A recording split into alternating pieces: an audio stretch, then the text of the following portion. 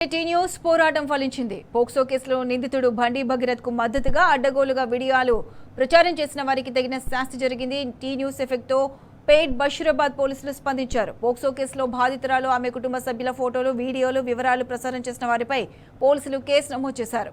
మేడ్చల్ మల్కాజిగిరి జిల్లా బాలల సంక్షేమ కమిటీ చైర్పర్సన్ ఇచ్చిన ఫిర్యాదు మేరకు పోలీసులు చర్యలు తీసుకున్నారు.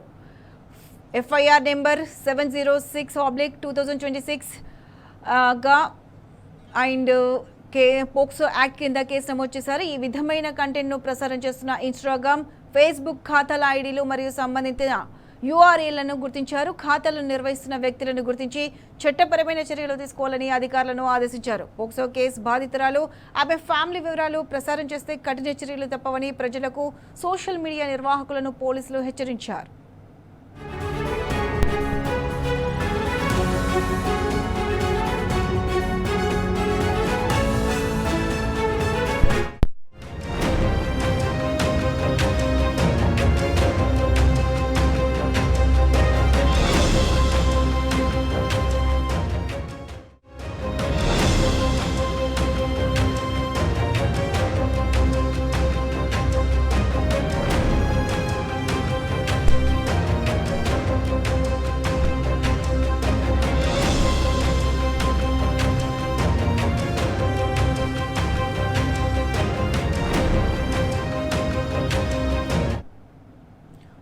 రైట్, ఇదే అంశానికి సంబంధించి పూర్తి అప్డేట్స్ మా క్రైమ్ బ్యూరో చీఫ్ భాస్కర్ అందిస్తారు. భాస్కర్, చెప్పండి.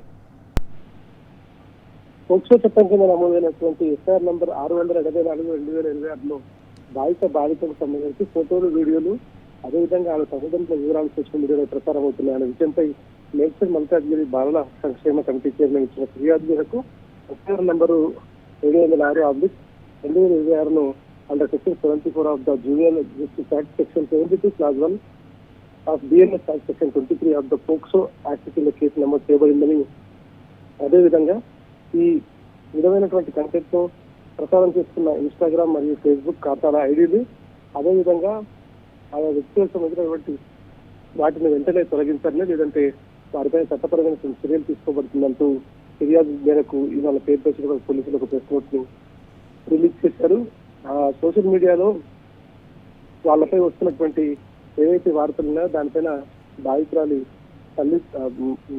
తల్లి ఇచ్చినటువంటి ఫిర్యాదు మేరకు ఈ సమాచారాన్ని ప్రచురించినటువంటి సోషల్ మీడియా నెట్వర్క్లపై కేసులు నమోదు చేయబడ్డాయని కూడా చెప్పుకొచ్చారు. ఇక పోక్సో కేసులో బాధిత బాలిక ఆమె యొక్క వ్యక్తిగత వివరాలు, తల్లిదండ్రుల వివరాలు బహిర్గతం చేయడం వలన బాధితురాలికి, ఆమె తల్లిదండ్రులకు తీవ్రమైనటువంటి మానసిక వేదన కలుగుతుందని, ఇది చట్టాన్ని ఉల్లంఘించడం కిందకు వస్తుందనేటువంటిది చెప్పుకొచ్చారు. ఇలాంటి చర్యలకు పాల్పడే వారిపై కఠిన చర్యలు తీసుకుంటామంటూ కూడా వాళ్ళ పేట్ బషీరాబాద్ సిఐతో ఒక ప్రెస్ నోటు రావడం జరిగింది. మొత్తానికి టీఆర్ఎస్ పార్టీ నాయకులు RS ప్రవీణ్ కుమార్ చేసినటువంటి ఫైట్ ఏదైతే ఉందో ఆ ఫైట్ మేరకు జస్టిస్ జరిగిందని చెప్పుకోవచ్చు. ఎందుకంటే నిన్న ఆయన ప్రెస్ మీట్ పెట్టి బాధితురాలికి సంబంధించినటువంటి తల్లి లెటర్ రిలీజ్ చేయడం, తర్వాత కొన్ని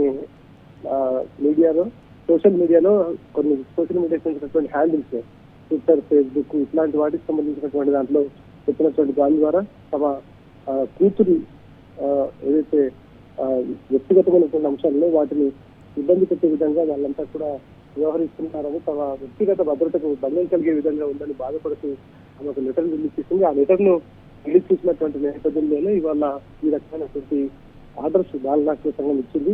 మొత్తానికి దీనిపైన చర్యలు తీసుకోవాలని నిన్న టీఆర్ఎస్ పార్టీ నేత, మాజీ పోలీస్ అధికారి RS ప్రవీణ్ కుమార్ చేసినటువంటి ఫిర్యాదు మేరకు మొత్తానికి సోషల్ మీడియాలో వస్తున్నటువంటి దాని పట్ల తల్లి ఇచ్చినటువంటి లెటర్ ద్వారా బాలనాట్య సంఘం స్పందించింది.